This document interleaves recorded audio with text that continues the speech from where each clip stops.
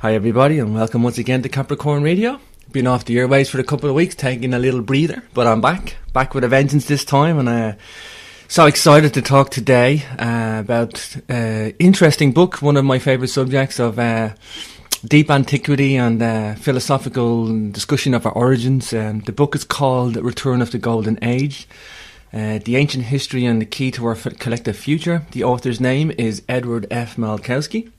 You can find him on Facebook, and the publisher is Inner Traditions. My good friends at Inner Traditions, and I love the Inner Tradition authors. You can catch all the shows there, and Edward is a historical researcher with a special interest in philosophy, ancient Egypt, and the development of religious beliefs from ancient to modern times. He's the author of Ancient Egypt, 39,000 BC. Sons of God, Daughters of Men, Before the Pharaohs, and the Spiritual Technology of Ancient Egypt. And he presently resides in Lincoln, Illinois, which is where we're linked up today. And without further ado, let's bring on our guest today. Hi, Edward. Welcome to Capricorn Radio. Hi, James. Thank you for having me on. I appreciate it. No, Edward, it's an absolute pleasure. And like I say, I love this subject matter. I love the book. It's great, you look at it in a different angle, and we're going to get into that, this return to the Golden Age. I think that's where we're heading, Edward. I really do. I guess, the first thing that grabs me, my good friend Stephen Mailer, who I just came back from Egypt with, often talks about Barbara Han-Clow, and she wrote a lovely foreword. Maybe just tell us why you got Barbara to write the foreword for the book. Sure. I was highly inspired a few years ago on writing this book, and I wanted to link the present state of society today and what's going on today with the ancient past. And I was about midway through writing of Return of the Golden Age. I wasn't calling it that. I was calling it the coming global golden age is what I was calling it at the time. And at that time, Barbara had sent me a request to have a look at her book, Planetary Awakening. And I read her book, and I was floored by it. She inspired me so much. Wow. She helped me see that history, the actual experience of history, the drama of what happened to humanity is not really captured in traditional history courses and history textbooks. And that blew me away and propelled me to link the golden age of the past with the coming global golden age now. And so Barbara and I started a dialogue back and forth, and she got involved with the book just a little bit. She read it for me, she critiqued it for me, and she loved it, and I asked her, because she inspired me so, to write the foreword, and she did. Wow, beautiful. Yeah, Barbara's a fascinating author for me, a fascinating person, and she really taps into something very unique. Of course, there's many people that inspired you for the book. You have great acknowledgements in there from all guests on the show. Graham Hancock, John Anthony West, Robert Schoch, Christopher Dunn. Sure, it's a little bit about me. I've always been the type of guy and a young man, not a young man anymore, but when I was a young man, I always wanted to know why. Why is society the way it is? Why are we the way we are? Why is there Christianity? Why is there Islam? Why is there Buddhism? Why is there Hinduism? Why is there all these belief systems around the world? Why is society based on commerce? Why do we have war? Why do we have crime and poverty? Why do we have all this stuff? And at an early age, I came to the understanding that we people are actually made up of history. The history that we endure in our own lives is an actual history. Okay? But society and humanity has its own history because each generation wants the next generation to be bigger and better. And this has been going on for a very, very long time because people are people. People were people 10,000 years ago just as much as people are people today. Sure. Every generation wants their children to be better. So it started actually with Graham Hancock. I watched his his show on the Discovery Channel, Quest for the Lost Civilization. Wow, what a beautiful show that is! And yeah, it was so fascinating. I had to run out and buy the video and buy the book. This was like 1996, 1997. Yeah. And I've always been a lover of history, and Graham got me going. I love that era for Graham, by the way, Edward. That era that Graham was in then, he was thriving at his peak. Still going strong, but different directions maybe now. But that was a wonderful era for alternative history. Right, and he got me going.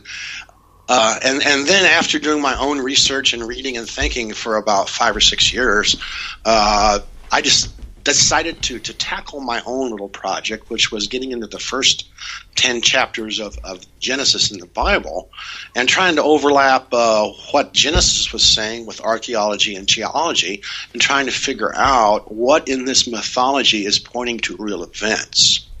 And that got me in contact with John Anthony West.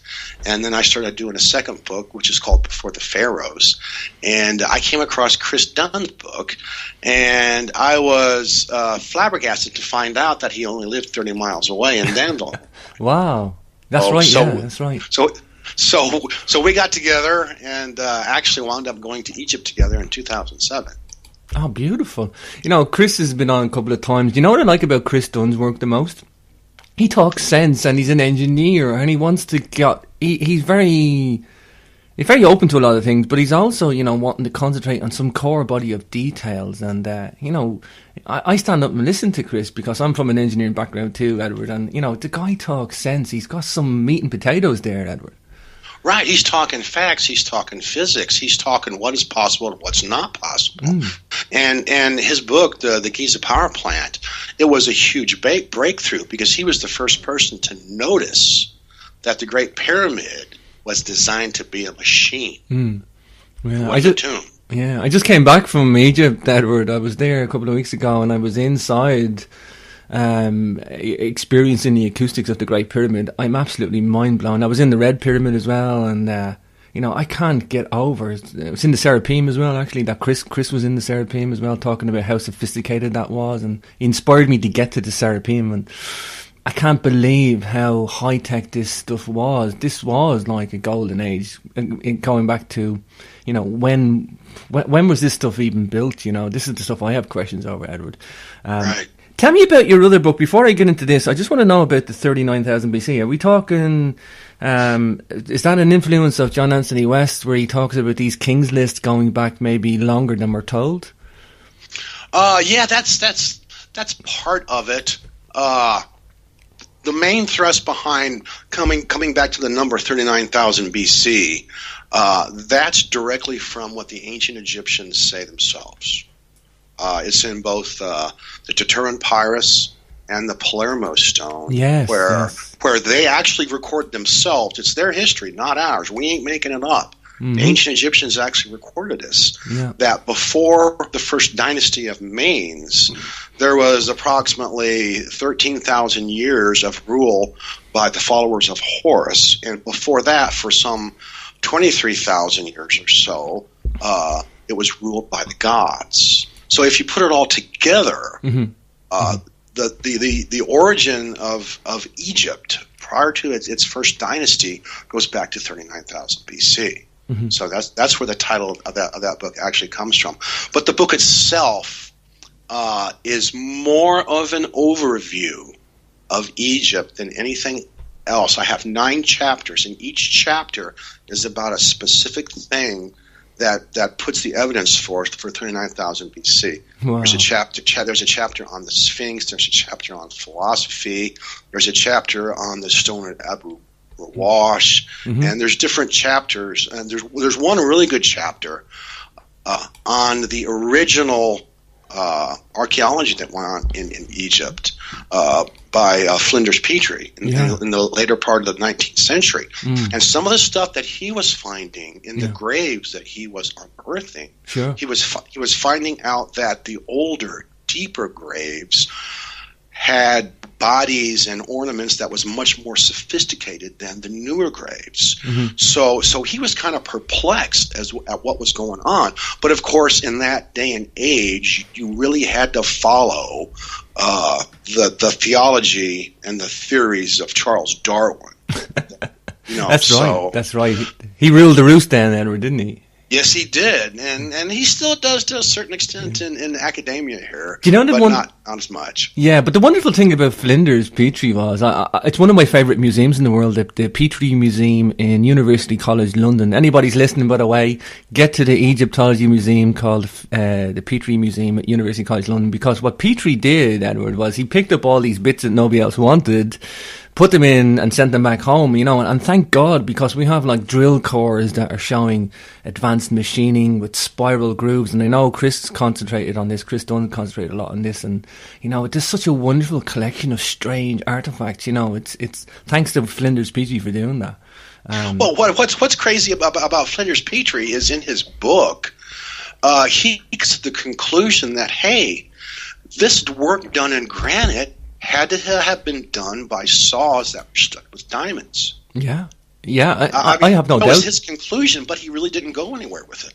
Yeah, I guess at the time, when we're talking the late 1800s, turn of the century, but I guess, he couldn't go anywhere with it in terms of, he was in a different era, basically, to what we are today. Nowadays, I think, in our own advancement of machining and engineering, as Chris would talk about, I'm an engineer. I look at it as well and I go, look, it's a no-brainer for me, but I'm from an engineering background.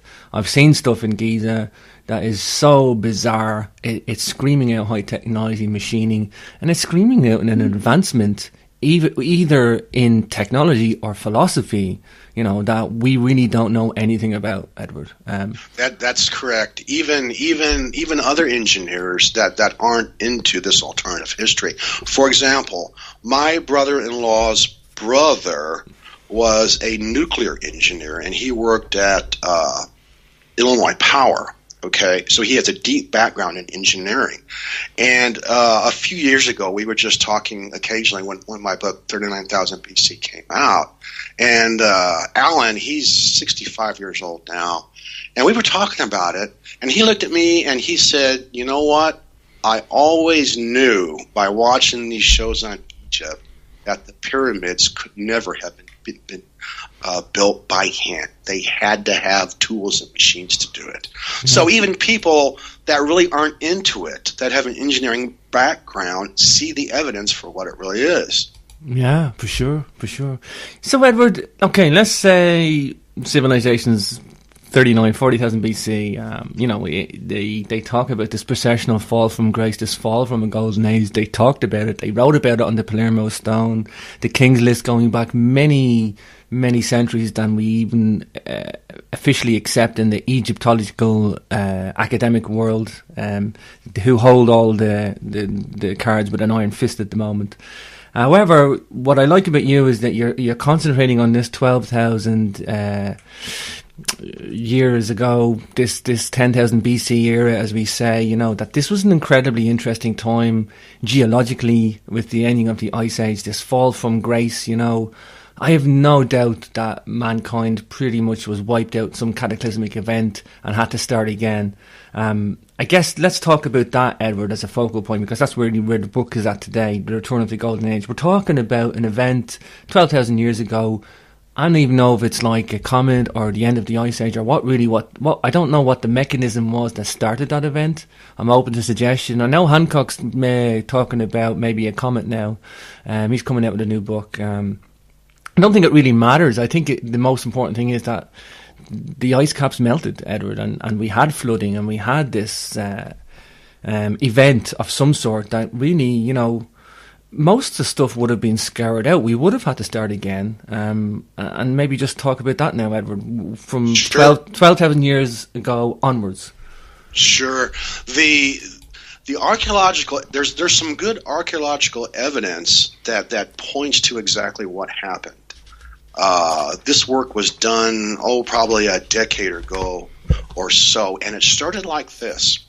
Archaeologists that were working in the northeastern part of the United States, of North America, were unearthing mammoths, skeletons, and tusks, and saber-toothed tigers, and then other animals from 12,000 years ago or more. And they came across a large problem, is that when they ran their radiocarbon dates on these remains, they were coming up with very goofy numbers. They were a whole lot younger than they were supposed to be, wow. as opposed to the same remains in other parts of North America. And after working on the problem for several years, they came to the conclusion that the only way these remains could have been altered to depict a very young age is that a nuclear explosion happened 12,000 years ago. That's the conclusion they came to with the evidence. And then when they dug more, they found a thin black line in the stratum. That was more evidence that something really, really bad happened. And they also found out more that actually embedded in tusks were fine particles that were flying through the air. So the evidence point to our planet was radiated. Now, by what? That's the big question. Would the comet do that? No, a comet wouldn't do that. A comet would actually be part of what happened, but it wouldn't be the actual cause of what happened. Wow. Wow. There's several theories on what happened. All involve radiation. And the best theory that I like is the Vela star system. And this is actually, astronomers actually know this is fact. And astronomers have actually taken pictures of the explosion that's still going on. Shrapnel is still, and when I say shrapnel, I'm referring to elements of the star. Shrapnel is still moving away from the Vela system in all directions. Wow. But getting back on track, to me, I like the theory that a star in the Vela system went Type 2 supernova 12,000 years ago. Mm-hmm. And it shot plasma. And when I say plasma, I'm talking about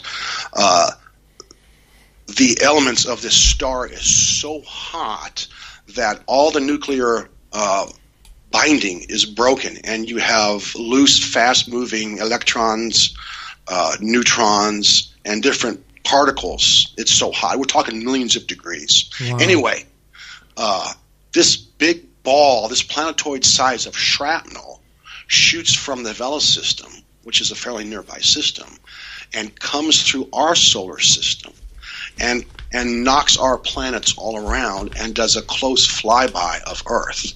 Okay? So the Earth gets a great big shot of gamma radiation, and it seems to be that ground zero is the Great Lakes area. Okay, wow, and that's actually what happened. But behind that, what's going to happen when you have this immense plasma cloud coming through our solar system? It's going to push in debris and asteroids and comet that's already around our solar system. So the inner planets are going to be inundated with comets and asteroids and debris and dust. Dust is going to encircle the sun. It's going to be used as fuel. It's going to heat up the sun, and you're going to have more solar flares. So it's going to be hell on earth. Is what's going to be. Sure. Yeah, I think sometimes the people want a simple answer, and sometimes there isn't a simple answer, Edward. It's most likely a little bit more complex than that. I guess then, okay, so we have a source for the nuclear explosion. That's going to, pretty much decimate life on Earth. It's going to really reduce the population down. It's going to really push us into hunter-gatherer mode, Edward? That's correct. Well, let's just pretend that it happened today. This is a really good way to talk about it. Okay, our society is so complex today with so many economic levels. You have the grocery store, you have gas stations, you have truckers trucking food and petrol to the stores and to the stations. We have a very complex society. If a large asteroid would hit today, like it did 60 million years ago in Chicxulub, okay, it would destroy 90% of the people on the planet. Okay, so that 10% of the people, how long is the food in the grocery store going to last? How long is the fuel in the gas station is going to last. It's not going to take very long that there's going to be no food, no water, no gas. That first generation is going to hang on to the traditions that we had. But of course, life is going to go forward. You know, we're going to find wives. We're going to reproduce. We're going to create babies. We're going to create the next generation. Mm-hmm. But as the generations move forward, what happened in the past is going to become not important, because survival is going to be the main priority, and survival is going to be hunting and gathering. Sure. You know, in a way, the infrastructure is really our enemy. In a way, whether that's the electrical grid or the road networks feeding the grocery stores, as you say, you're like, we're stuck in an infrastructure of, and that's all the infrastructures that's in Western civilization. That's probably our greatest enemy. That's correct. And about a decade ago or so, we had a sneak peek at what would happen. There was a problem in Quebec. I can't remember exactly what happened, but Quebec got hit by some kind of cosmic interference, and it knocked out their power grid, and it was during the winter. And within a week, there was no heat, and within a week, people were chopping up their expensive furniture, burning their expensive furniture just to stay warm. Now, they took care of the problem soon thereafter, and Quebec got online to the power grid again. Sure. But that little sneak peek was very ominous. Yeah. And I don't think it was a big event either. It was something relatively small. I mean... Correct, right. Yeah. Wow.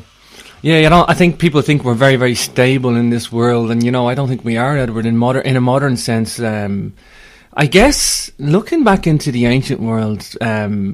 I want to go into some of the history and the philosophy, but let's concentrate on the 3000 BC era for a minute, which is the accepted Egyptological dating system. Right. And these guys coming into existence, if they weren't existing beforehand, I'm not going to go into that at the minute, but let's say 3000 BC, mainstream Egyptology, they all accept this. What they don't accept is how highly advanced these guys were. They don't accept how philosophically attuned these guys had to be building monuments or to carving statues or to, doing medicine and, all the wonderful stuff they had, all their trappings of their civilization, was very, very philosophically in tune. They were in harmony with nature and mathematics and science and, beauty. Everything was just like, they had all the products for anything they ever wanted. It was an abundant philosophical living nature that they had. These guys had to be pretty balanced and pretty smart to have that, Edward. Would you not agree? Absolutely. Dynastic Egypt lasted for about 3,000 years.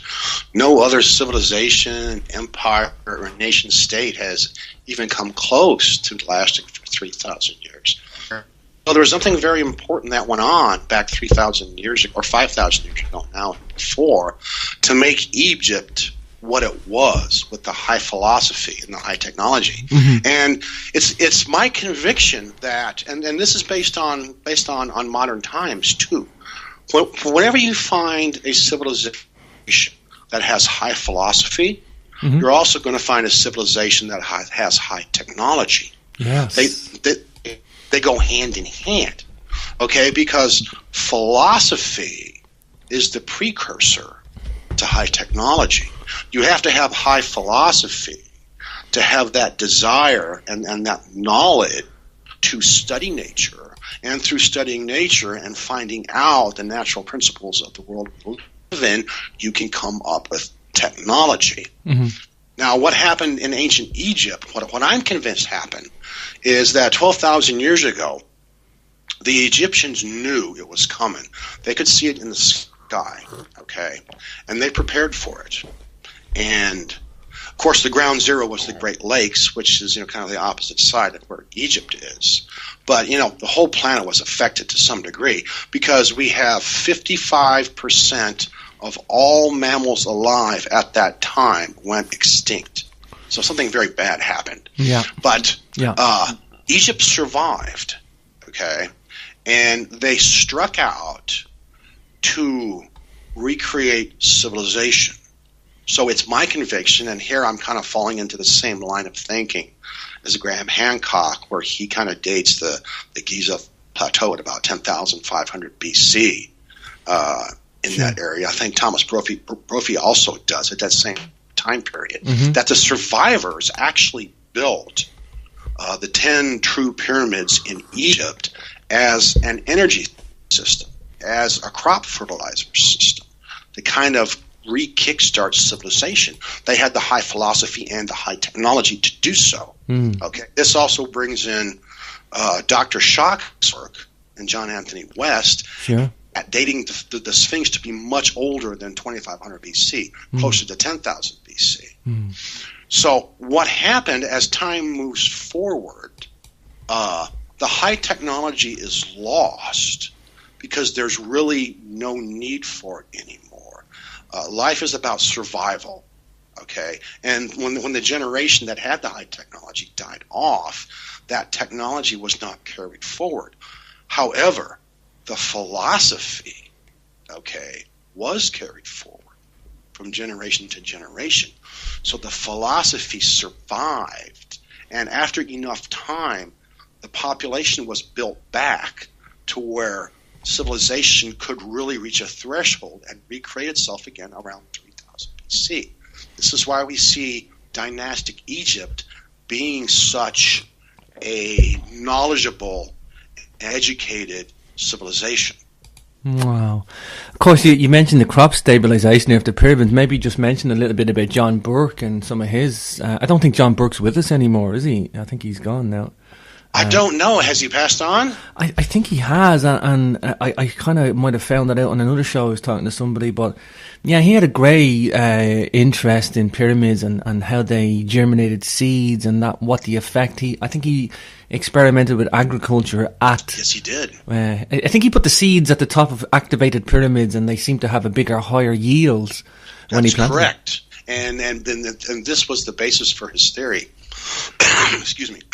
He found out that if you expose the seeds to slow-moving free electrons, ionized atmosphere, okay, that the seeds react to the radiation as if it's an inoculation. It actually makes the seeds stronger, more able to resist dryness and famine and disease. It actually made the seeds stronger, and the plants actually grew better and had a higher yield. Okay, and then this was just simply exposing the seeds to slow-moving electrons. Well, he discovered, and this was a test, a scientific test that he did I know he did it in England. I know he went to Stonehenge and did it, and through various sites throughout Europe and in the Americas at Cahokia. And what he found out is the ancient peoples understood this principle. And they were using the natural contours of the earth and building stone monuments to get this effect and to fertilize their crops. That's what they were doing.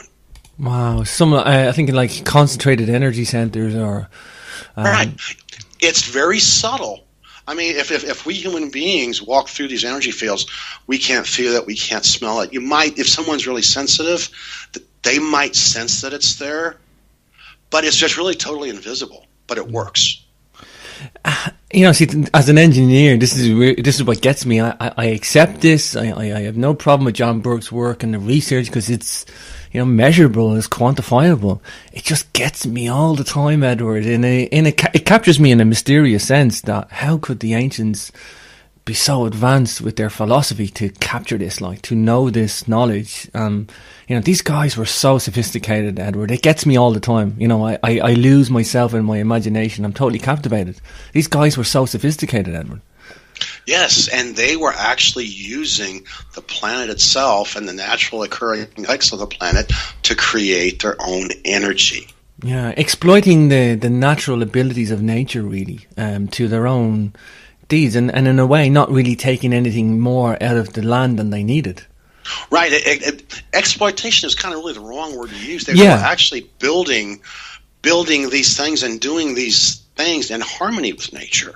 Yeah, just using it as a bit of leverage, maybe. Right. So yeah, there's only two ways to go with this.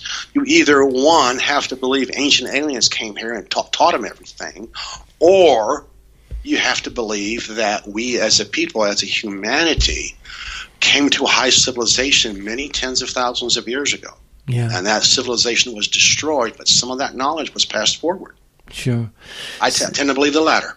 Yeah, me too. I like to go down the human ingenuity route first. I mean, I'm open to both, but there's no reason to explore the human ingenuity route first. Get there first. Accept what we can do. Look at the present knowledge in front of you before you drop your brains out. Don't go and drop your brains out because it's an easy option. Look at the evidence first. There's enough evidence there, Edward. There's enough evidence there to look at first. At least raise your bar that way. I guess. Look, let's talk about Epic of Gilgamesh, Plato's Atlantis. These are very interesting documents because they talk about this this ancient epoch in a way, some sort of event that has happened. Just use that as a benchmark, and then maybe lead us into what that did to humanity. Right. Well, Gilgamesh, the Epic of Gilgamesh, wasn't discovered until just like 120 years ago or so. At that time, in geology, I know this is going to sound strange, but it's actually true. Before Charles Darwin, and Darwin wasn't the first one to come up with evolution. There was several guys before him. I can't remember their names. One was Lyell, and another one was Lamarick or something like that. But there was a group of scientists that saw this principle of evolution. And that happened around the middle of the 19th century, late mid-19th century. But before that, geology, the whole concept of geology revolved around the Bible. I know it's strange to talk about in this day and age, but it actually did. True, rather, yeah. So at that time, the story of Noah's flood was the great explainer to why the planet looks the way it is.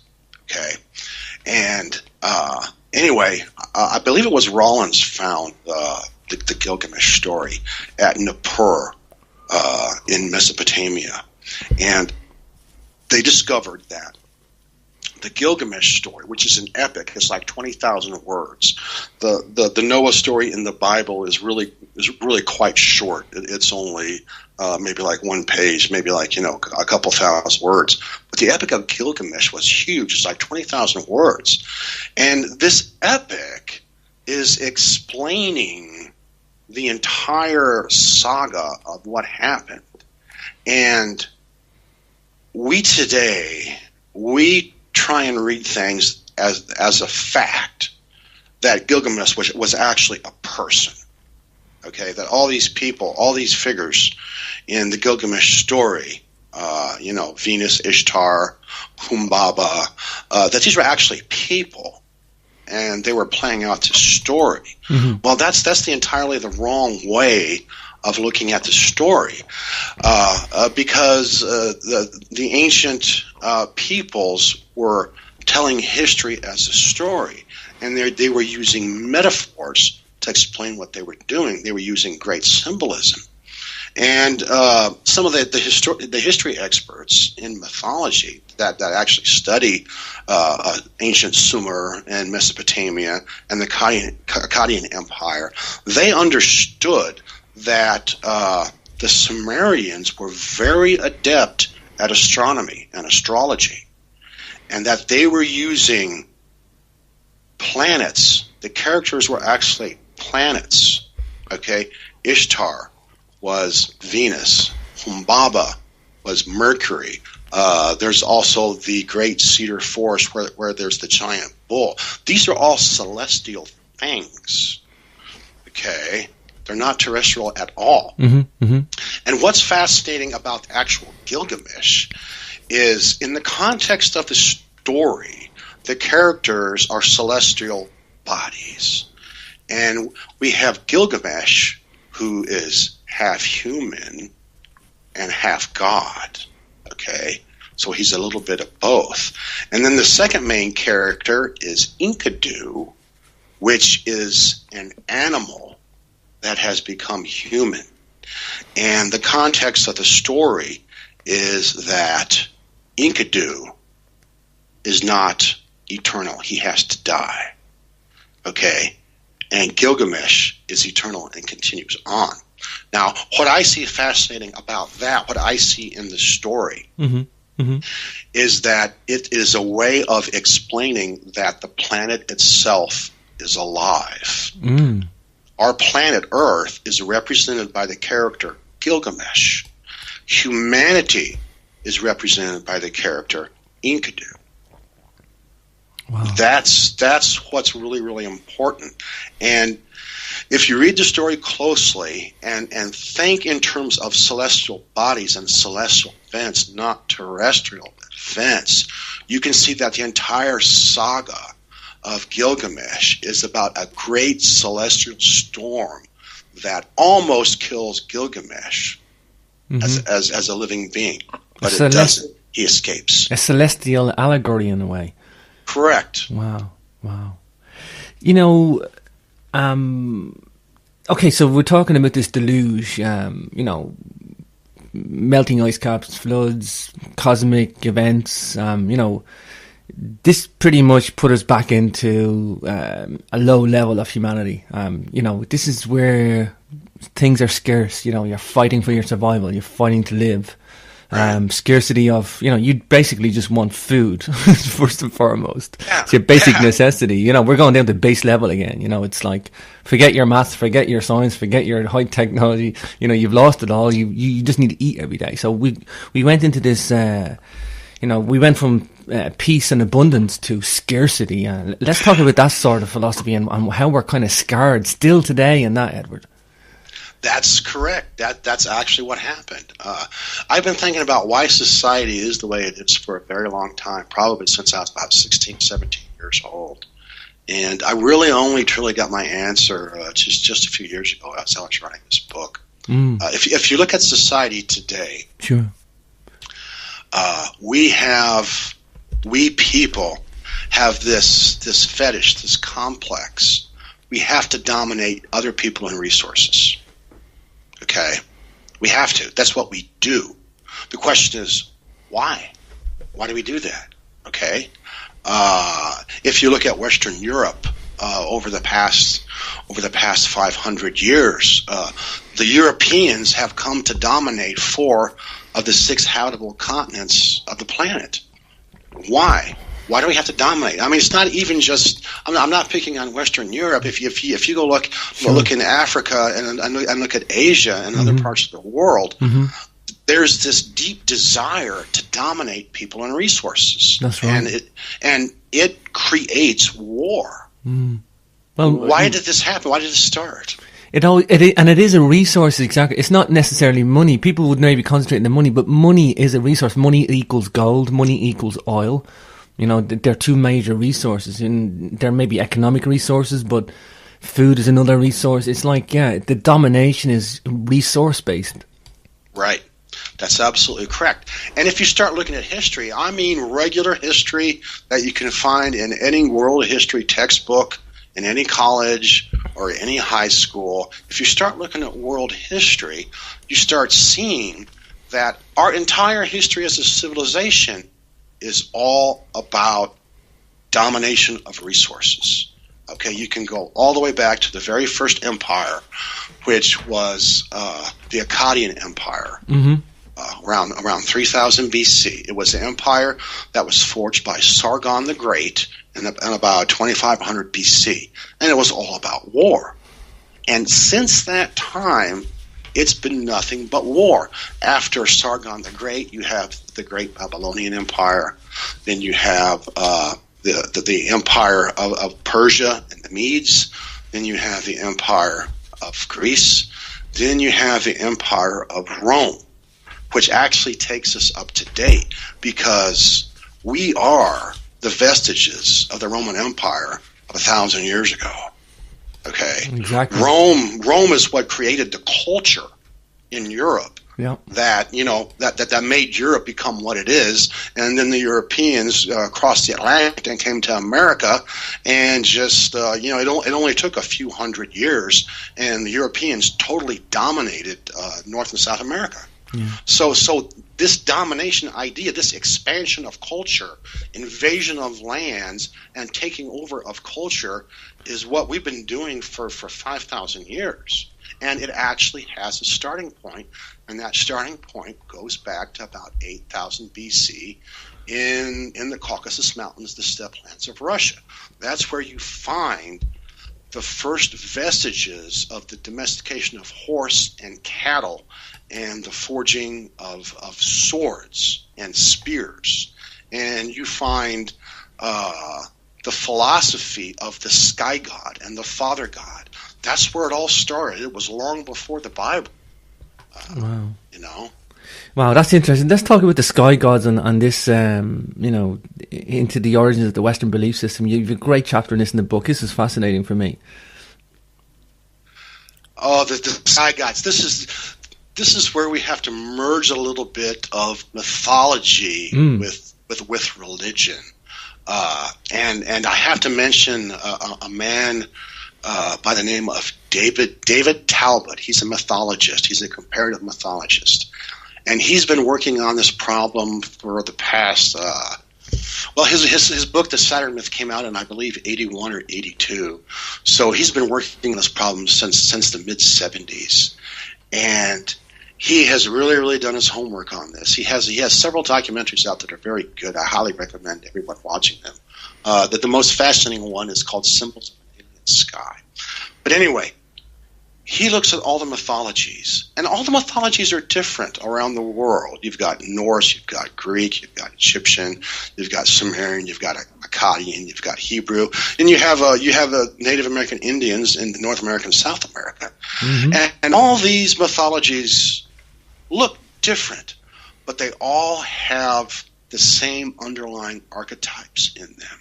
Yeah. Something very bad happened 12,000 years ago, a very long time ago. And whatever bad happened affected our planet. But the biggest question is, who were the gods? Okay? And when you start mapping all these mythologies together and start erasing the detail and looking at the underlying archetypes, and then start looking at the symbols that people drew, in the southwest of America, in Mesopotamia, that there's very, very common themes of what they were looking at in the sky. And he's come to the conclusion that, why did the Sumerians know about Mars, Venus, Mercury, and Saturn? How did they know this? You can't see any of these planets today in the night sky. You could see Mars last month because it was close to Earth. But when you saw Mars, it was a little bitty pin dot that was red. No one knows about any other planets. Well, he came to the conclusion that in order for these mythologies to be authentic, in which they have to be because they are our history, these mythologies are humanity's first memories, actually, that have been handed down for many thousands of generations. What had to happen to create these stories? And he came to the conclusion that the planets themselves were in a very different orbit than they are today.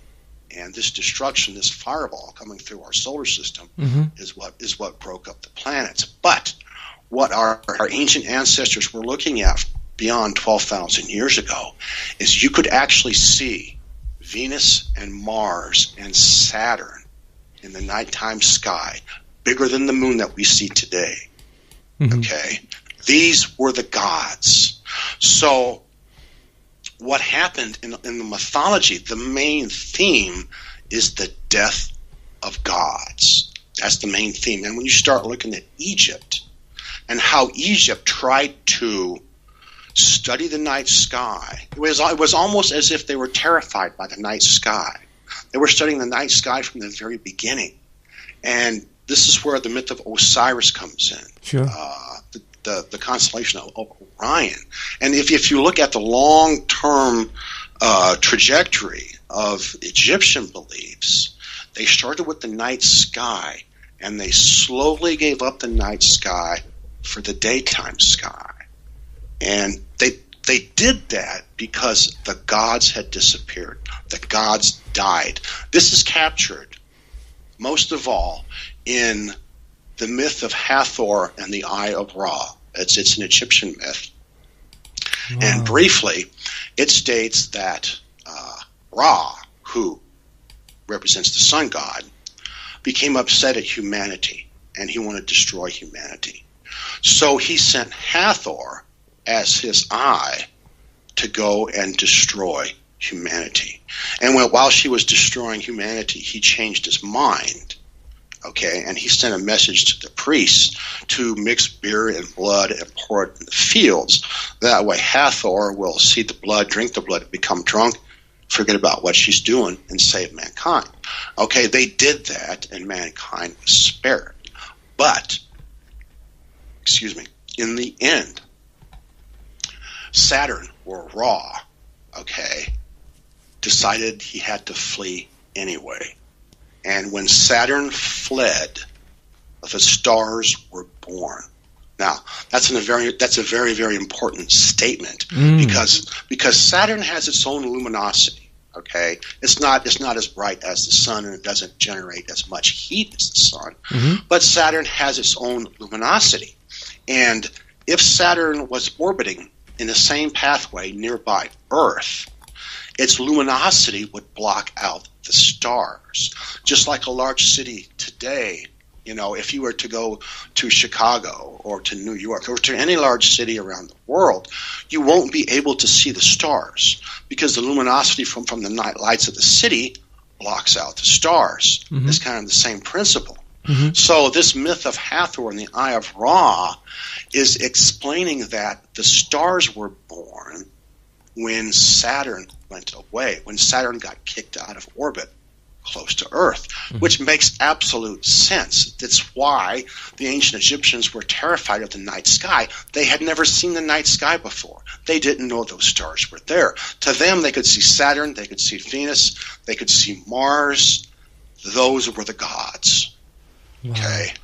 And when they got broken up and went away, all of a sudden there's a night sky with all these stars. And the sky is spinning, and it's changing very, very slowly. They figured out precession of the equinoxes long before 3000 BC. Fascinating, Edward, fascinating. Of course, do you buy into Velikovsky's theories then? I guess this is similar to Velikovsky's stuff? Yes, it is. Velikovsky was on the right track. Yeah. I don't really think that Venus was created out of Jupiter, that it was an explosion out of Jupiter that made a planet. I don't like that very much. However, are you still there? Sure. Yeah, I'm here. Okay, I heard something in my headset that was strange. Okay. Sorry. But Venus is peculiar because Venus is supposed to be Earth's twin, right? But it's so hot on Venus. I believe the Russians landed a ship there to try and take some readings of, I don't know, probably a decade or so ago. And the vehicle only lasted for about 3 minutes because it's so hot on Venus. That the spaceship just melted. So why Venus is so hot, no one really knows. So I think Velikovsky had the right ideal. I don't buy into all of his details, but he definitely had the right idea. Sure. Edward, we're just coming up to the top of the first hour, and we'll continue on again, but I do want to mention your conference. Of course, people can find you on the Inner Traditions publishing website, as all the authors we do in the show. And Ancient Mysteries International are doing a conference at Serpent Mound. Is that correct? That's correct. At Serpent Mound in Ohio. That'll be in June. And they're doing another one in August at the Cahokia Mounds near Collinsville, Illinois. Wow. And you'll find that on Ancient Mysteries International.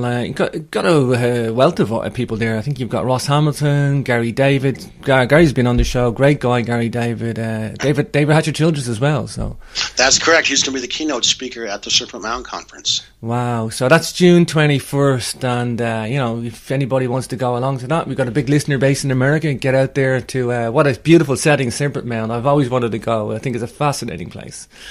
Thing for me, Edward, is obviously, as you talk about in the book as well, the role of symbol and symbology and stuff. And this is a core part of us today, as well as it is in ancient times, right through. We've always had symbology. It's always been symbol and symbology. Let's talk a bit about that, Edward. Well, language is symbolism, plain and simple. So some people will think that we invented language so we could lie to each other, which seems to be the case this day. But symbolism is the heart of any language, whether it's scientific or not. And when you look at ancient Egypt, the first look at ancient Egypt some 100 years ago, or maybe a little bit more than 100 years ago, we have to remember that at the late 19th century, early 20th century, Europe and America was still very Christian Bible oriented. Okay. Now, I'm not saying every single person was a Christian and went to church. What I'm saying is that our culture and the state of mind of the people was to look at belief patterns in a modern way, then at the end of the 19th century, early 20th century. So when they started looking at ancient Egypt, they automatically superimposed their ideas of religion into the ancient past and came up with the concept that the ancient Egyptians had to be nature worshipers, animal worshipers, because all of their 200 gods had something to do with animals. Okay? And that nut was cracked pretty hard by a man by the name of René Schwaller de Lubitz. He was a Frenchman, born in 1877. He passed away in 1961. But he spent a full decade in ancient Thebes, modern day Luxor, and then why he did so was actually just a situation at the times. He was living in France, and in 1939 the Second World War started, and it became very apparent to him that Germany was going to cause Europe a lot of problems. So he and his wife in 1939 left France and moved to Luxor. And there he hooked up with an archaeology friend and decided to spend the next decade trying to unravel what the ancient Egyptian culture was all about. And here I'm talking about the Temple of Amun, or to be more technical, the Temple of Amun-Mut Konso. And what he discovered is that the ancient Egyptians were actually using aspects of nature.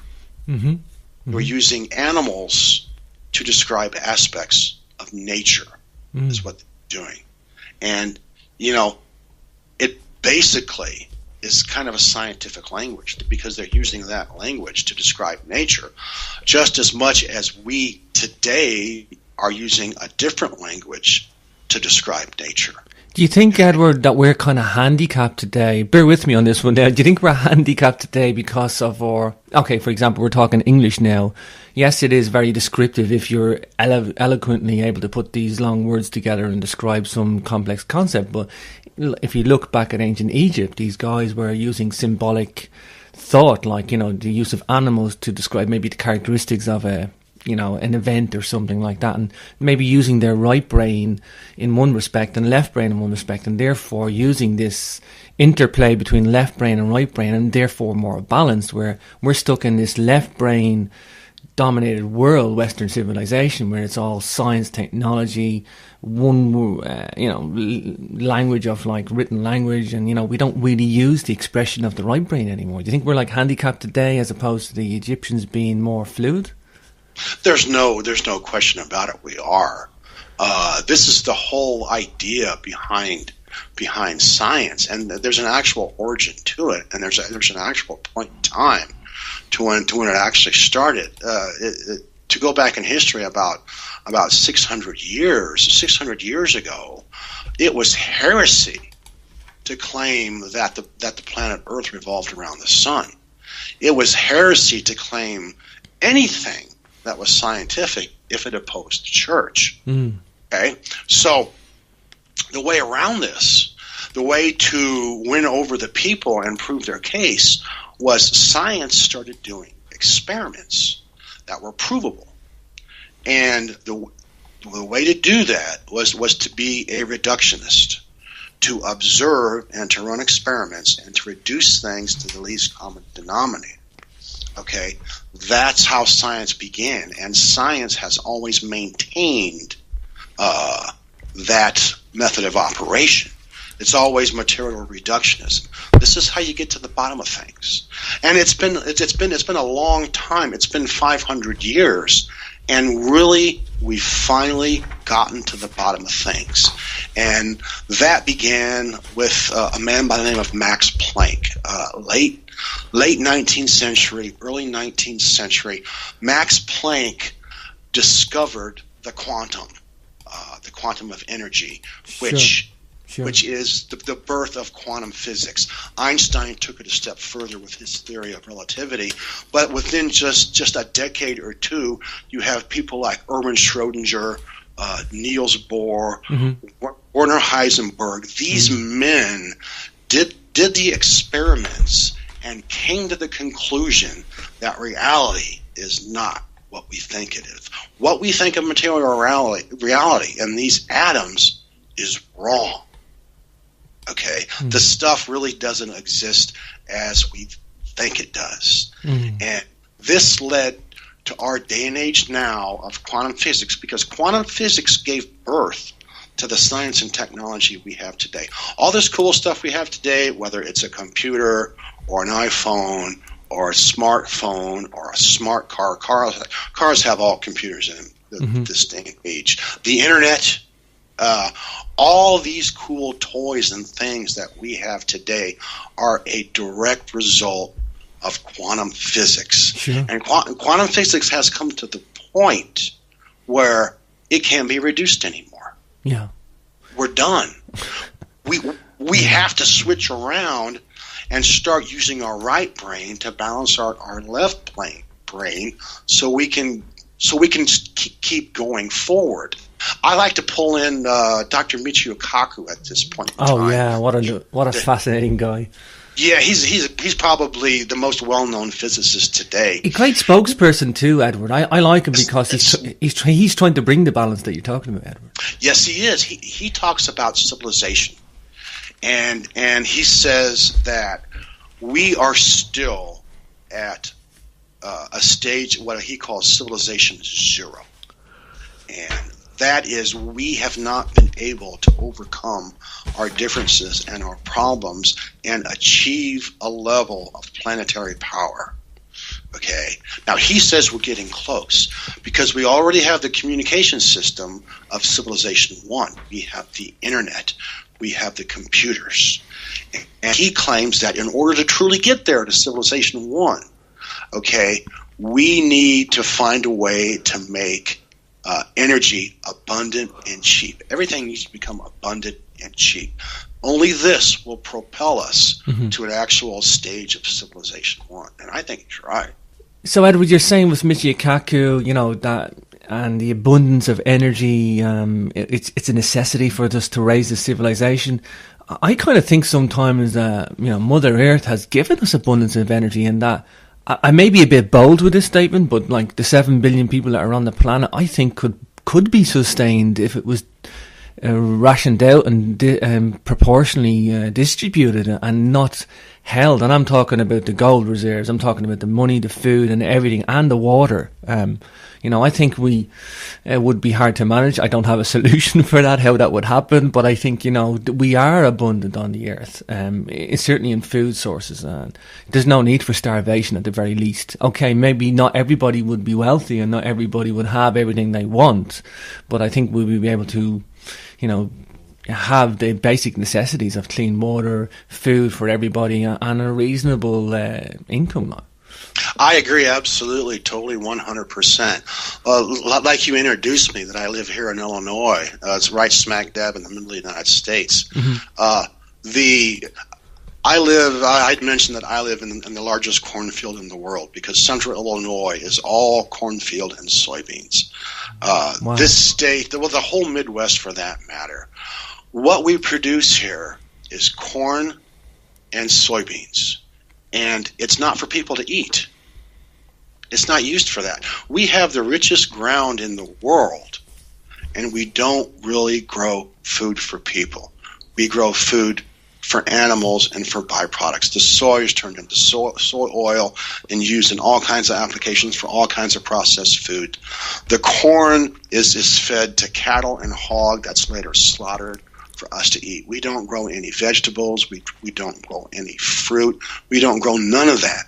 So if we would start at home, and start growing fruits and vegetables and start spreading that technology all over the world, that could change the world. Sure. I don't think we're ever going to conquer the galaxy, because they're too busy conquering each other in a way. That's correct. Yeah. We live in a dominator society, and really today we have come so far with our technology and our economic sophistication that today it's all about the money. Yeah. It's a shame, and it's a shame. You mentioned Schwaller de Lubis there. I love Schwaller's work. Thanks obviously to John Anthony West. He's done a great credit to Schwaller and bringing his work to the forefront. A little bit difficult for some people to read. I quite like it, actually. It's complex in some respect, but that's some of the best stuff, is the complex stuff. So, it is. He's you have to, when you read Schwaller de Lubis, you have to think about it, because getting back to symbol, a topic we were discussing earlier. Sure. What Schwaller de Lubis is actually saying is that we, as a humanity, as a planet, maybe as a galaxy for all we know, our life sustenance, is based upon the non-visible, the spiritual, the eternal.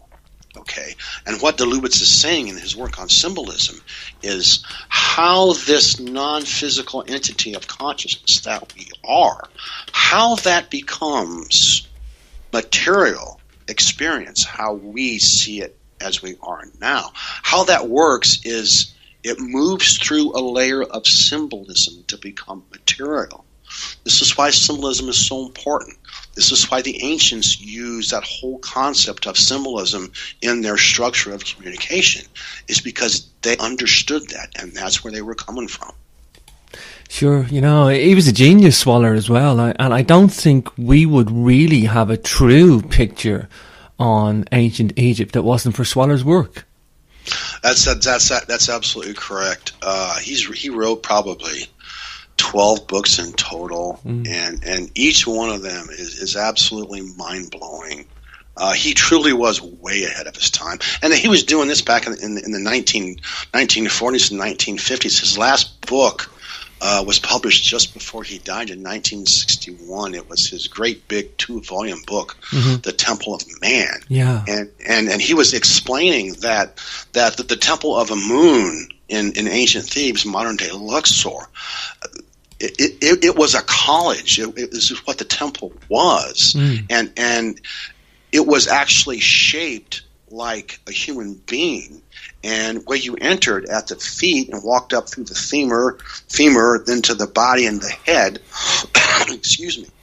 Sure. They actually created the understanding and the teachings in the temple itself and the architecture itself, along with murals, So their way of teaching was holistic, as opposed to very fragmented and very reductionary as we do today. Mm-hmm. But the point is, the Egyptians got it right. They got it. Exactly, Adam. What I like with the Egyptian template is, if I was given the Egyptian template and the template we have today, for all the modern trappings of society and all the great little perks, if you're living in the Western world and you've got a semi-comfortable lifestyle or whatever, you got food on your table every day, you can go to the supermarket and buy it. I would probably prefer the Egyptian template. They seem to have got a better overall perspective, balanced. Well, it even, since we're on the topic, I'll go ahead and go with that. The Egyptian temple, and this is not just in Thebes, this is any temple in any nome anywhere throughout Egypt. The temple was its governing body. Okay, everyone's familiar with Plato's Republic. Mm-hmm. Plato is probably his greatest work. Mm-hmm. He wrote a book called The Republic, where he tried to analyze human nature, human behavior, and what was the best way to govern a society.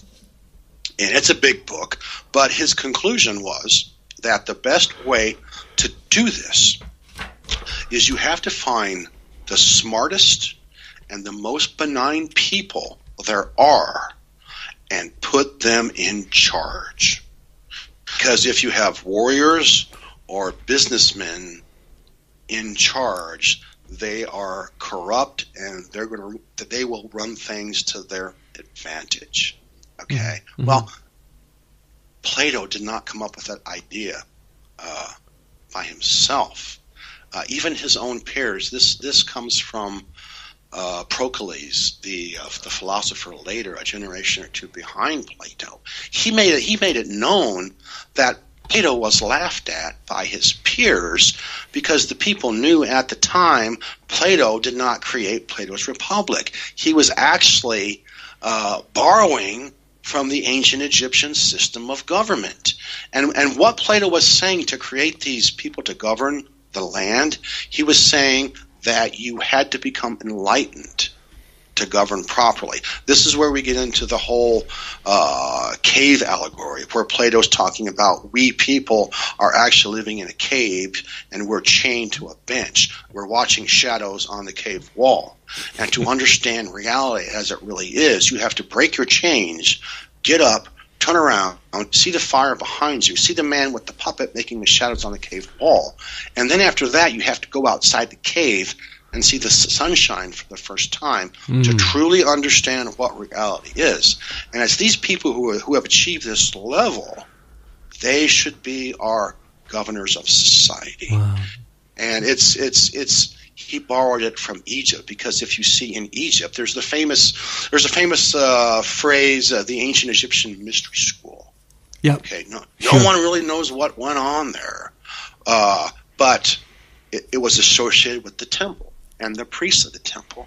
Well, it's kind of easy to see once you really do a big survey of ancient Egyptian culture that the temple was not only the center of life, but it was the center of governance. And it was responsible for their 3,000-year lifelong history, peaceful history for the most part.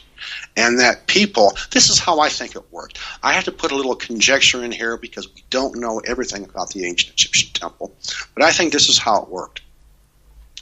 No one got drafted into the temple, okay?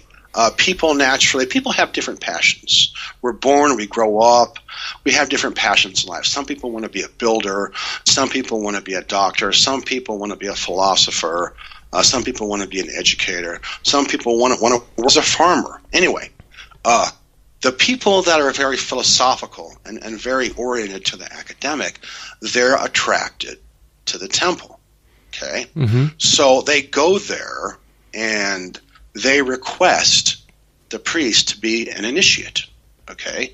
After interviewing and talking and whatever they do, then this person, and it could be male or female, doesn't matter, this person then becomes an initiate, okay?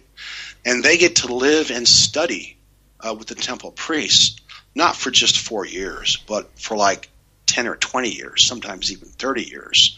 Pythagoras, the great Greek philosopher, according to the history of Pythagoras written by Iamblichus in the 2nd century, Pythagoras spent 22 years studying with the Egyptians at the temple.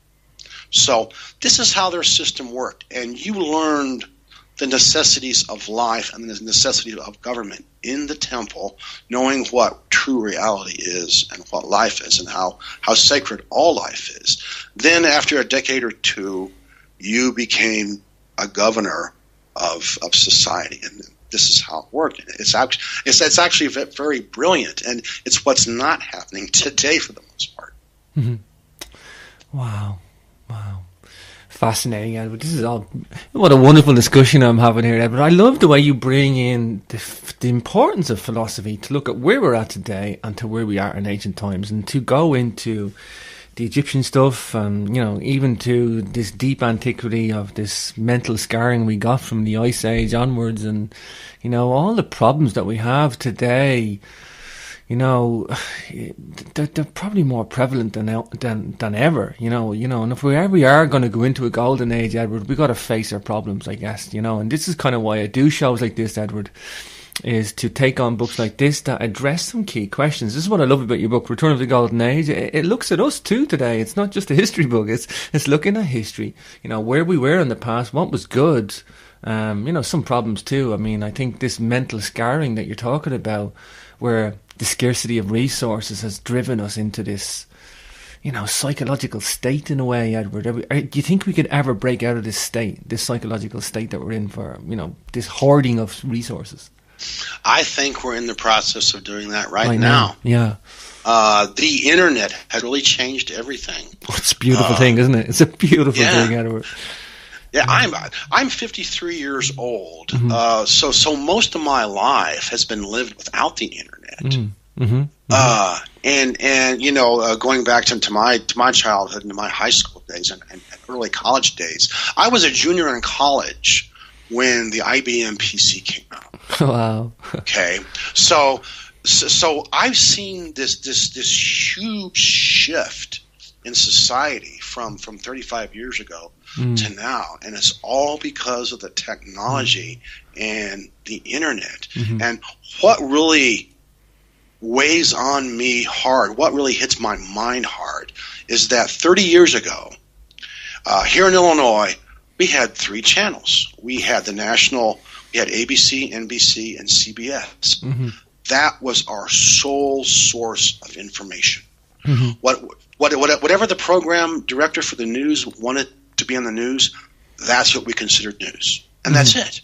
Mm-hmm. Okay? Well, once the internet comes out in 93, 94, and those first 5 years, it was really a golden age of the internet. Sure. I was into it. I was writing software for it. I was into browsing. Mm-hmm. I had Mosaic, the very first web browser, and that first 5 years was a golden age just for us geeks.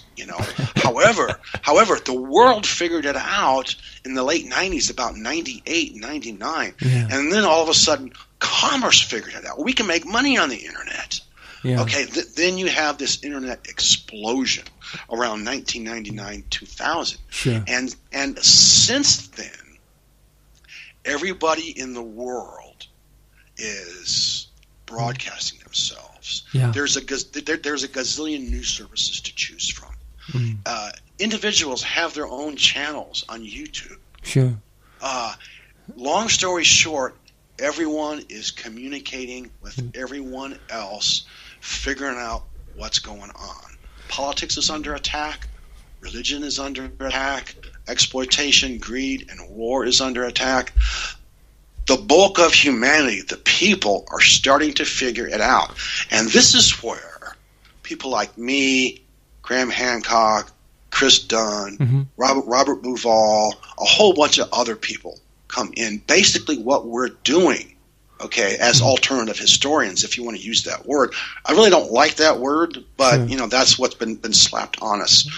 What we're doing is we're telling the academic system, look it, we've read your books, we've read your history, we don't buy it. Yeah. Okay? We have the resources now to get our own answers for ourselves. And guess what? we're going to do it. Yeah, in a way, Edward, it's like leveling the playing field. I mean, for a long time, these titans of, documentary channels or publishers, the level, anybody can get on the net now and speak to the masses, and it's correct. It's changed us in terms of our infrastructure. Yeah, Edward, in a way, the internet has really leveled the playing field. It's changed the masses, the way they can interact with us, like you say, this infrastructure, initially information, then socially changing us, monetizing, your products, everything, commerce is just all done on the internet now. Even myself, Edward, I laugh. Last year, I've solely changed over to, I do everything on the internet now. I turned off the TV news channels because I get better news online. I get more realistic news. I get everything on YouTube from, everything's just on YouTube for me now. Whether I want to watch a science program or news or, you can get independent TV channel, everything's on the net. It's how I communicate now. It's with the world. And this is how we're doing the show today. It's beautiful. It's a wonderful, beautiful thing. And I think, if it's embraced in the right way, it's going to shift our consciousness, whether we like it or not. I mean, people have been slow to change with it, but that's the way it happens. Whether you like it or not, it's going to change. And I think, we have this self-organizing instinct, and that's what happened with the internet. It was put out there. It's self-organizing. It comes in bursts of stages, and it's going to affect us socially. Then that social change is going to affect our consciousness. It's a step-by-step process.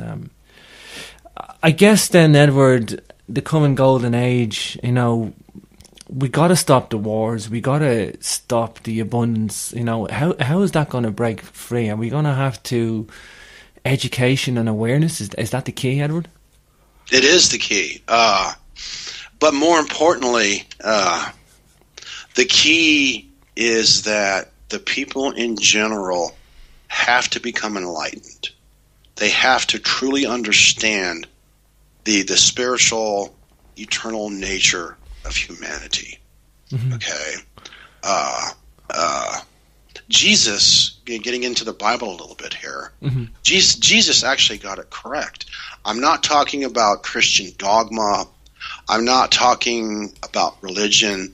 I'm talking about the philosophy that a supposed man named Jesus laid out 2,000 years ago. Mm-hmm. We have ancient documents from that time, mm-hmm. and basically, I mean, it's a really long story short, but Jesus said, you've got to love your neighbor. Unconditional love, in a way. Unconditionally, you've got to treat other people like you would want to be treated. Mm. Okay? And what he was really saying, and this is absolutely true, what he was really saying is that we people, we are all one thing. We are alive. The planet is alive. We're all one thing. We're not really separate. Mm-hmm. We're all one thing. And until the masses of people can get to that point to understand that we are one thing and it's in our own best interests to take care of ourselves, we won't be able to reach a golden age. But this whole movement, and I'm going to go ahead and call it a new age movement because that's the label that's been slapped on it, slapped on us. Its origins go back 60, 70, 80 years. Yeah. And it's getting more powerful as time moves forward because people are able to share mm-hmm. their information on the web through YouTube, through chat rooms, through forums. Mm-hmm. And what we have to do, this is the most important part, there is a system in place.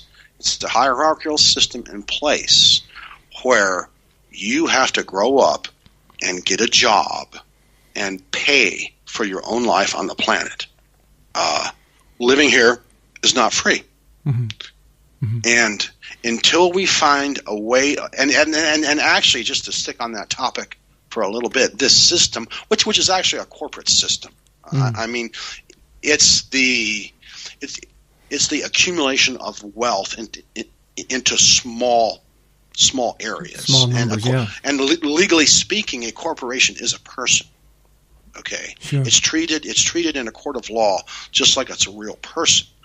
What's different than a real person is a corporation keeps living forever as long as it's viable. Okay, that's the big difference.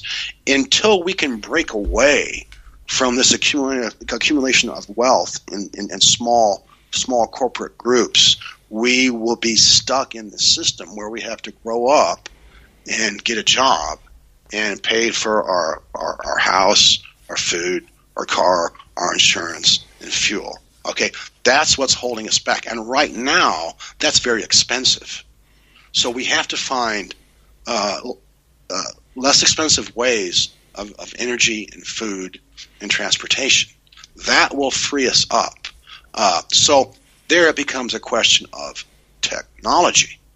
And if you listen to some of the great physicists like Michio Kaku, my son Thomas is a physicist, and I've talked to him about this at length. Mm-hmm. Okay, we have the technology to do it today. Mm-hmm. It's just the will. It's the will, Edward. That's correct. You've got a few people in some extraordinarily high places that they're living their own golden age right now, and they don't want things to change. Of course, yeah, they're okay. They're in their golden age. That's correct. Exactly. Well, just think about it a minute. Let's go back to the very first kingdom, the Akkadian kingdom, some 5,000 years ago. Okay? Yeah. The king and his nobles, they got everything they wanted. Mm-hmm. And it's been like that ever since. What I'm saying here is in the last 5,000 years, nothing has changed but our technology. The system has been in place for a very, very long time. Okay? And it's continuing on. And education and technology, and then applying that education and technology into civilian life, that's the only way to get out of it. Mm-hmm. Yeah. Some people say to me sometimes, they would prefer a comet to come in and hit us again, whatever. So many people get wiped out, and, it would destroy the infrastructure and we could all start again. I'm like, well, no, because we're just going to go back to the same place. It's going to take another 10,000 years, Edward, Yeah, we are, yeah. We're going to have to address the problems we're facing now. I know there's a small number of people at the top that are living in the golden age, Edward. However, I really do believe that education and awareness, because, I've evolved in my own small little lifetime, Edward. I was locked in chasing money and chasing career. I did okay into my 20s, and I want to change for me, and I want to change, and I became a bit of a better person to my comrades, work people, socially, I started to think more philosophically, Edward. I changed my own philosophy, through my own desire. So I know there's other people out there that haven't done that. However, we can all be better to our fellow man. That's not going to get too hippy dippy, but we can. It's an important key thing, and I think, like you say at the start of the book, you talk about George Orwell's 1984. I think we got to George Orwell's 1984. We looked at it and we're on a U-turn now, Edward. I think that's where we're at. I think we took a U-turn away from that because I think we've all seen that shoved into our face, and it's not a nice thing, Edward. And that's where we're heading. We're heading to that as a permanent facet of society. No, and as I think about this just kind of popped into my head. It's Western society has actually been a double-edged sword to itself, because Western society originally is very hierarchical, very dominator, very expansionary, very exploitive a culture and civilization. But when the colonists came here to America back in the 17th century, sure, and they were here for several hundred years before they broke away from the British Crown and became the United States of America. There's something very unique that they did with our U.S. Constitution, and when I first thought of this, it was kind of mind-blowing. But the first three amendments in our Constitution, the first one is the right of free speech. Okay? The second one is the right of free worship. You can worship anything you want. And the third one is the right to own and bear arms. Well, these first two amendments in the Constitution is all about free thought. Sure. Okay? Free belief, free thought. And then the third one about the right to own and bear arms, that is a check against a corrupt government. If the government gets so bad, America is armed to the teeth and can overthrow itself. Now, built into the Constitution is a peaceful revolution every 2 to 4 years, because Congress is elected and so is the presidency. Sure. But the important thing is the freedom of thought, and that, I think, is what's being spread around the world in these past 200 years, is the freedom of thought. And now with the internet, that whole freedom of thought has been taken to a whole new level. Not all countries have the freedom of thought, too. Sure, yeah, it's not. Yeah, exactly. There is countries out there that are trying to stamp this out too, Edward.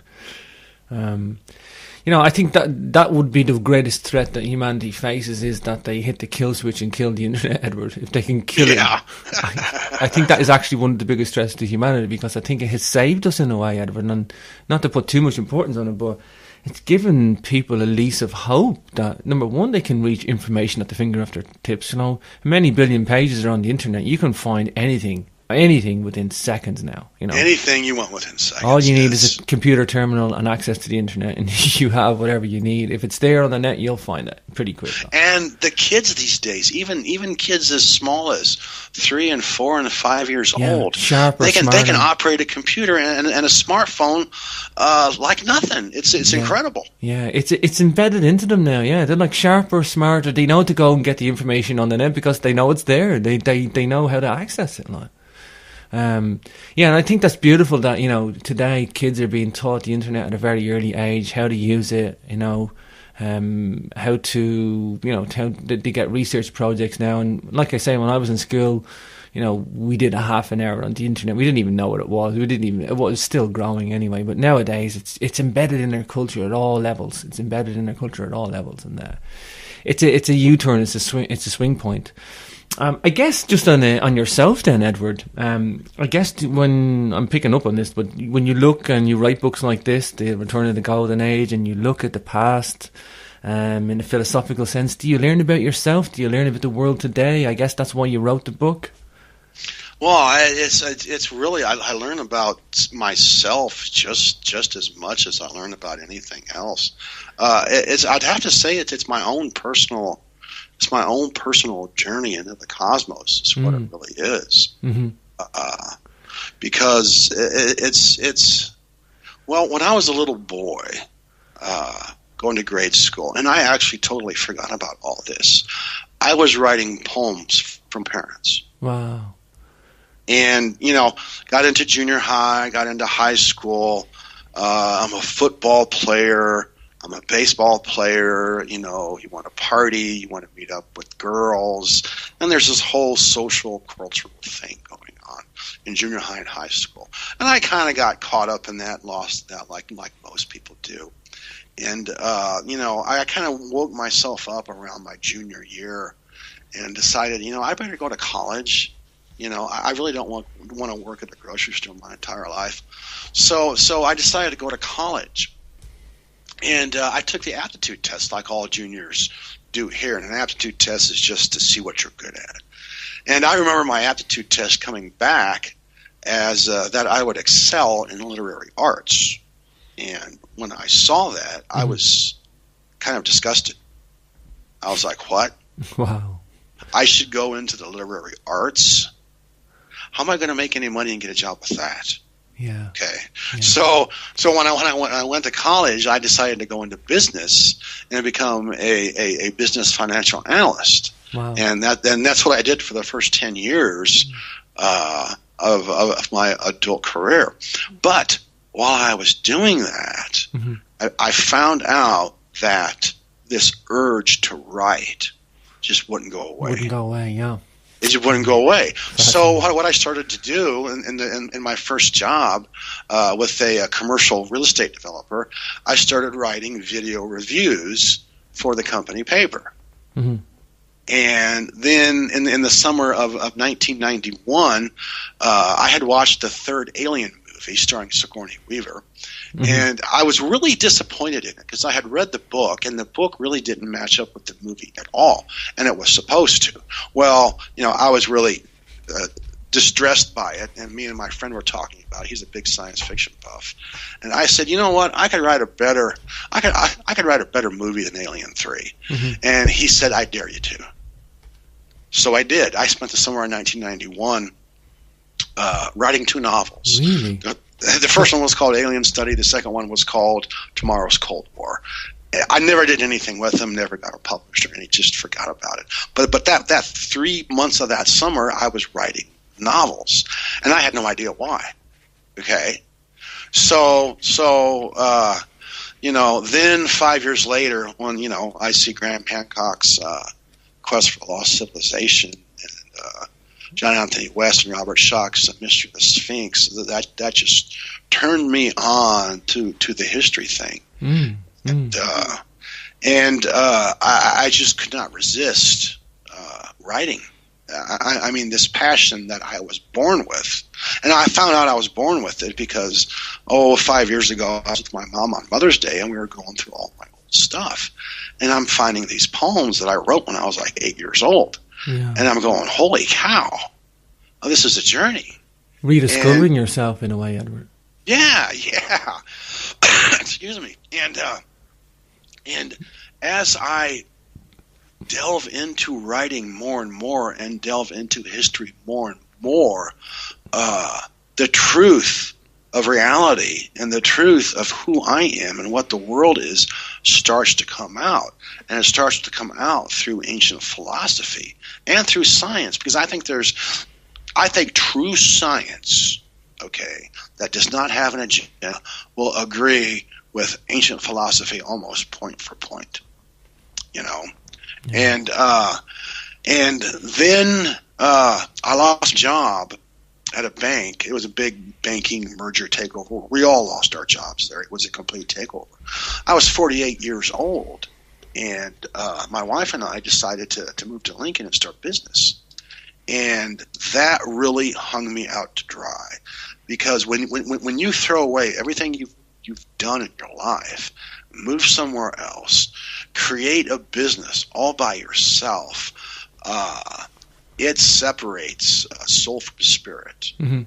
And at that point, I started meeting people, talking to people, running a business, and seeing life as it actually is. Yeah. And when you talk to so many people on so many levels, you can start to get a benchmark of what's real and what's not real. And quite extraordinarily, how this happened, I don't know. But when we opened this business, I started dreaming incredibly. And my dream life became very cogent to the point of actually being conscious while I was dreaming. And that kind of totally woke me up, so to speak. Sure. I still remember probably the most important dream I've ever had. This was like 3 years ago. It started out as an ordinary dream. Me and my boys were in this big boat of a car, and we were traveling. And we were going to stop on this big white house on the hill to attend a party. There was our friends there. And we went to the back, and there was a party in the backyard. It was just your normal cocktail party, people mingling, talking, and drinks in their hands. There was a sofa in front of a television, a big LCD television. And I thought I'd just sit down and watch a little TV for whatever reason. Well, I did that, and then it started to sprinkle. And I intuitively knew that the party was over. It's going to rain. We're going to have to leave. So before we left, in the dream, intuitively, I wanted to go freshen up. So I went to the bathroom, and when I stepped over the threshold of the bathroom, I became consciously aware of my own thought life, my own mind, and my own dream. And I had the ability to deliberate with myself. And I'm standing in the bathroom doorway. I can see the toilet to the left at the end and the shower to the right. I looked down to my lower left, and I could see the double sinks of the bathroom. And I thought to myself, deliberating, bathrooms have mirrors, don't they? And I said, yes, they do. Okay, turn around, look in the mirror, and see what you look like. And so I did that. And I saw myself in the mirror, how I put it, as I really am, how I really look in the eternal, spiritual, whatever word you want to slap on that, in the real world. And it just totally blew me away. And from that point forward, I've never perceived the world in the same way again. Wow. Wow, how fascinating, Edward. Edward, but just out of time, you are really a prolific researcher, historical researcher and philosophical researcher, and it shows in the book, it really does, Edward. Return to the Golden Age, Ancient History and the Key to Our Collective Future. You can tell that you are a prolific researcher because of the variety of authors that you research, the material, the topics that you cover. You're very knowledgeable in the stuff too, Edward, and when I'm talking to you, it's a wonderful book. I urge the readers to get out there and get a copy of it. I'm looking forward to getting a copy of some of your other books as well, and I welcome you back to the show at some point, Edward, to talk about another book of yours. Thank you. I would love to be back. I am working on another book. Wow, you are? I am working on another book. It's kind of a continuation of Return to the Golden Age. Yeah. Basically, there's been a spiritual conspiracy going on for the last 12,000 years, and the ancient Egyptians pinpointed it in the Nag Hammadi texts some 2,000 years ago. Wow. And I'll have a lot to say about that. Wow, that sounds really interesting. And Edward, the good thing is it's a unique book too, Edward. That's why I'm trying to promote that there for the readers, trying to urge them to get a copy, because it's, a lot of people concentrate on, ancient history, and they concentrate on the technology, or they concentrate on, some of the mystery or whatever, and yes, you do that too, but, you also looking at, the philosophical roots of all this, and trying to give us some sort of a modern perspective on it. Bring some... Yeah, I'm trying to bring back the right half of the brain. We've been so reductionist and so separated for so long. What I'm trying to do and trying to accomplish, I'm trying to look at all these different pieces of the puzzle and put them together in a holistic manner, so we can see the big picture as it really is. That's what I'm trying to do. Yeah, I think you've definitely achieved that, Edward. You really have. And I say, look, hopefully we'll get you back on the show not too distant future for another book review. It's been a pleasure having you, Edward, and we'll talk to you in a not too distant future, my friend. Thank you very much, James. I enjoyed being here a lot. I really did. Wow.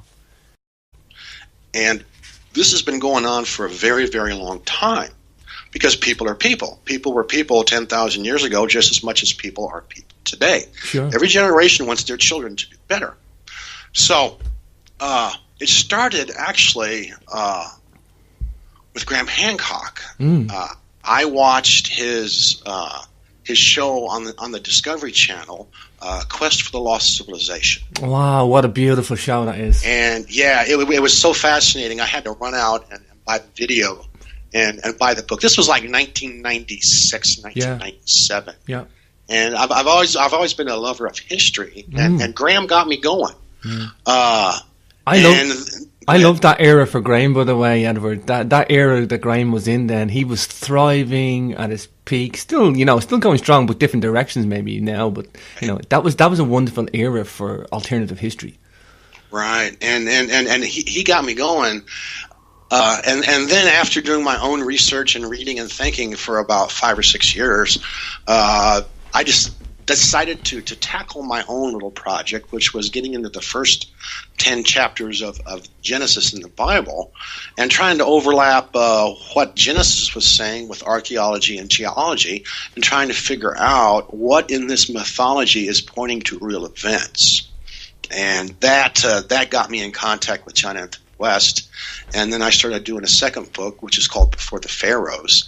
And I came across Chris Dunn's book, and I was flabbergasted to find out that he only lived 30 miles away in Danville.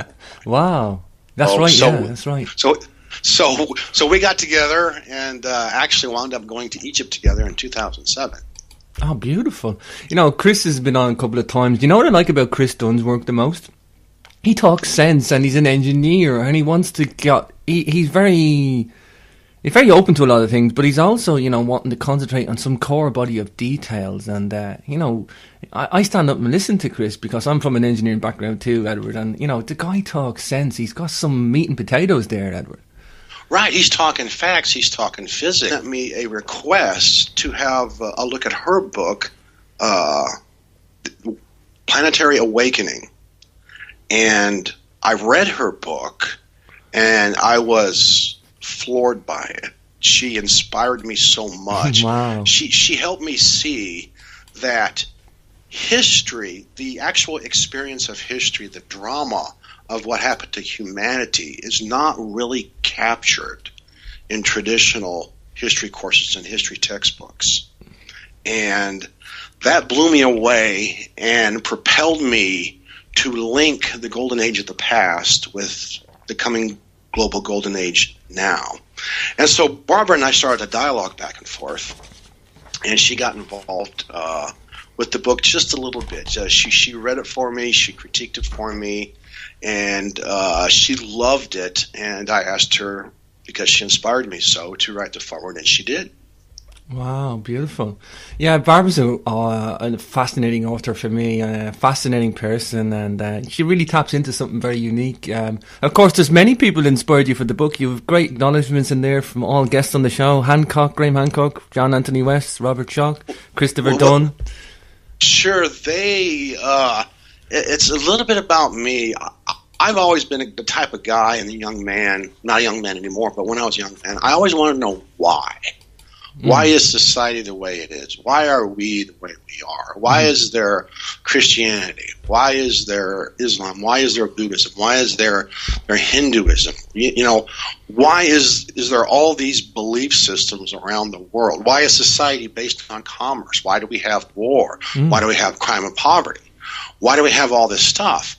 And at an early age, I came to the understanding that we people are actually made up of history.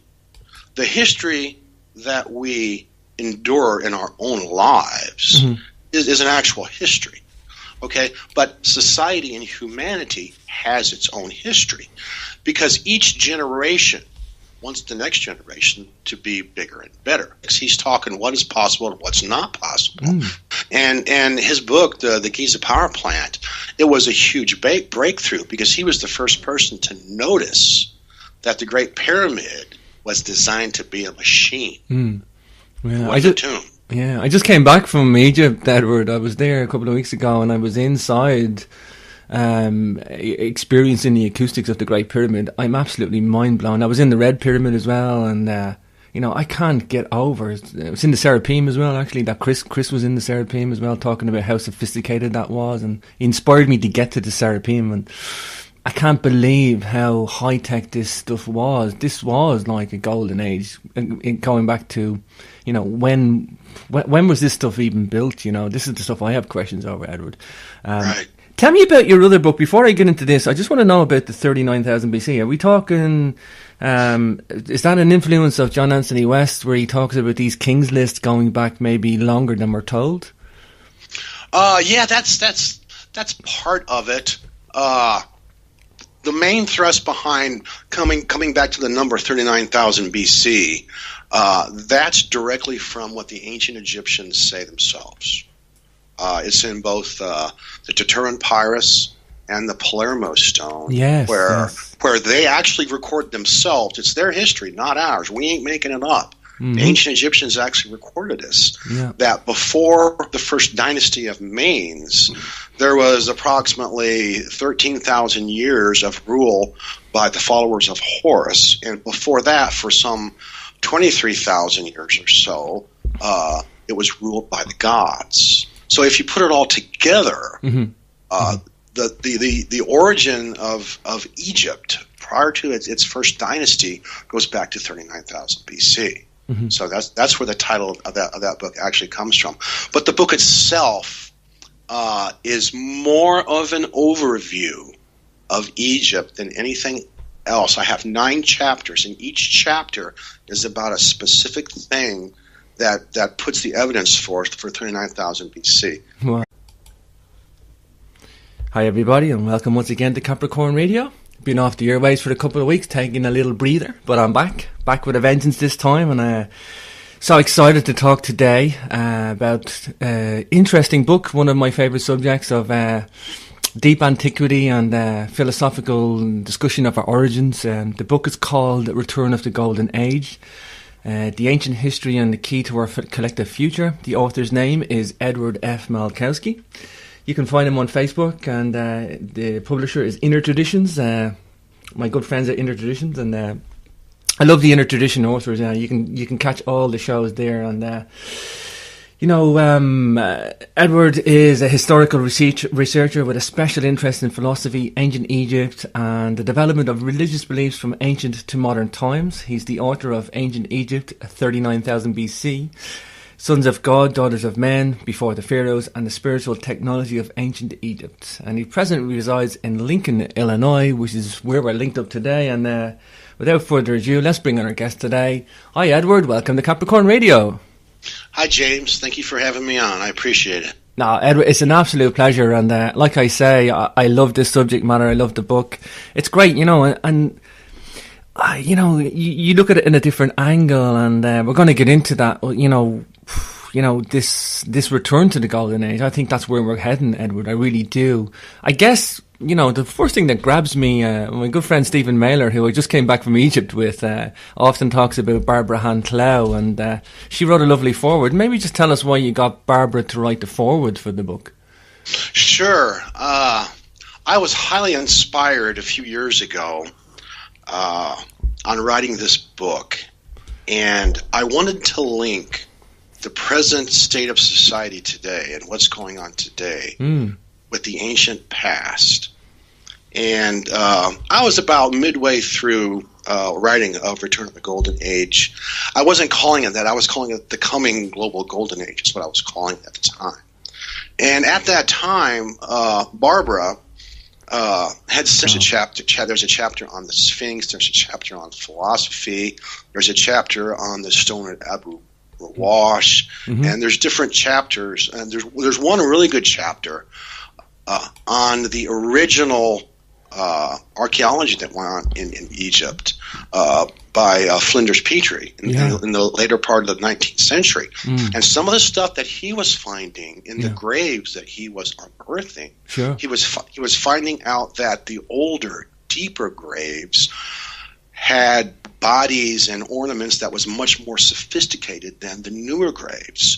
So he was kind of perplexed at what was going on. But of course, in that day and age, you really had to follow the theology and the theories of Charles Darwin. That's right. He ruled the roost then, Edward, didn't he? Yes, he did, and he still does to a certain extent in academia here, do you know but not as much. Yeah, but the wonderful thing about Flinders Petrie was, it's one of my favourite museums in the world, the Petrie Museum in University College London. Anybody's listening, by the way, get to the Egyptology Museum called the Petrie Museum at University College London, because what Petrie did, Edward, was he picked up all these bits that nobody else wanted, put them in and sent them back home, and thank God, because we have like drill cores that are showing advanced machining with spiral grooves, and I know Chris concentrated on this, Chris Dunn concentrated a lot on this, and it's just such a wonderful collection of strange artifacts. It's thanks to Flinders Petrie for doing that. Well, what's crazy about Flinders Petrie is in his book, he makes the conclusion that, hey, this work done in granite had to have been done by saws that were stuck with diamonds. Yeah, I have no doubt. That was his conclusion, but he really didn't go anywhere with it. Yeah, I guess at the time, when we're talking the late 1800s, turn of the century, but I guess, he couldn't go anywhere with it in terms of, he was in a different era, basically, to what we are today. Nowadays, I think, in our own advancement of machining and engineering, as Chris would talk about, I'm an engineer, I look at it as well and I go,